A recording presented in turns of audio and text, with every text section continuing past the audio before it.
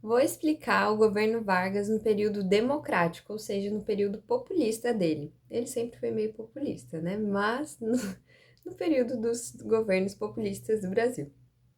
O Vargas, ele foi eleito pela primeira vez com voto direto da população em 1960, quando ele concorreu pelo PTB com o candidato Eduardo Gomes, que era o opositor dele, que era da UDN.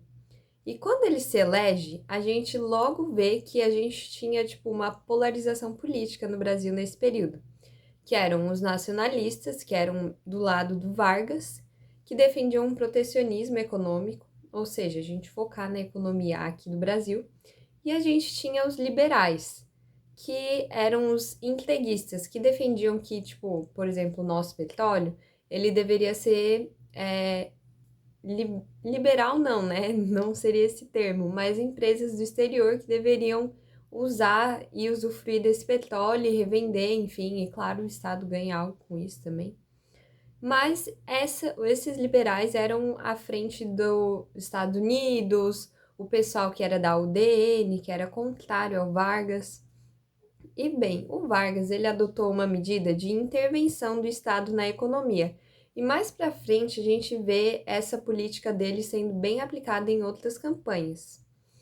Foi marcado também por alguns desgastes na política. A gente tinha essa polarização, mas o Vargas ele não tinha muito apoio, porque tipo, ele já tinha dado golpes no Brasil, e ele já era mais de idade, e essa polarização, tudo isso, então, tipo assim, não foi um governo muito estável.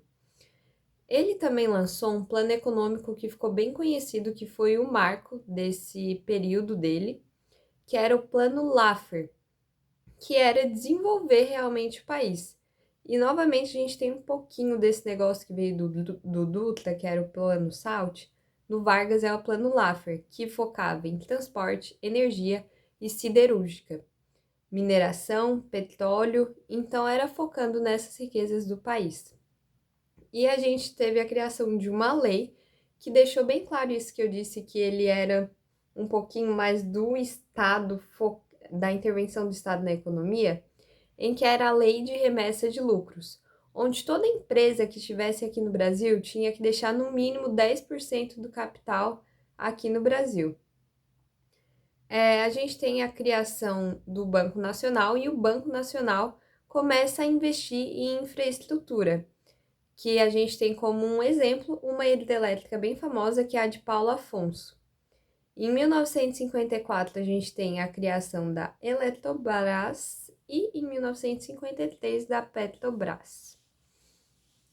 A gente tem aí sim um grande marco do Vargas, que foi a campanha O Petróleo é Nosso, onde ele foi apoiado por sindicatos, estudantes de esquerda, que foram os principais aliados dele, que era focar, tipo, não, o petróleo é para ser explorado aqui no Brasil, para ser utilizado aqui, para a gente garantir os nossos lucros. E o capital privado era focado em distribuir. A gente vê isso hoje, por exemplo, tem a Petrobras, que controla todo o petróleo do Brasil, porém são diferentes postos de gasolina que podem revender este petróleo, né? Que podem vender a gasolina. Em 1953, a gente teve uma grave recessão econômica em que os trabalhadores, mais essa pressão, eles começaram a fazer greve. E uma greve que marcou foi a greve dos 300 mil, onde teve um aumento do custo de vida. Então, a base política que Vargas tinha começou a ficar contra ele e já não tinha tanto assim. Então, o que que o Vargas fez? Em 1954, ele decreta o aumento do salário mínimo em 100%. Então, a gente já tinha uma inflação muito alta e ele declarou um aumento no salário mínimo, o que não ajudou em nada. E nesse período, quem era o ministro da Economia vai ser o nosso futuro presidente, que é o Jango, né? Não é o Jânio Quadros, é o João Goulart, que muita gente confunde. Então, dia 5/8, a gente teve o estopim para o Vargas meio que deixar de ser presidente, né? Onde a gente teve o atentado contra o Lacerda, que era o principal opositor do Vargas. O Lacerda era um jornalista da UDN, que era o partido opositor, e ele fazia várias matérias contra o Vargas e era uma figura política muito importante para o Brasil. E ele acabou sofrendo um atentado do segurança do Vargas, que tentou matar ele, mas acabou matando um marinheiro, que era o segurança do Lacerda.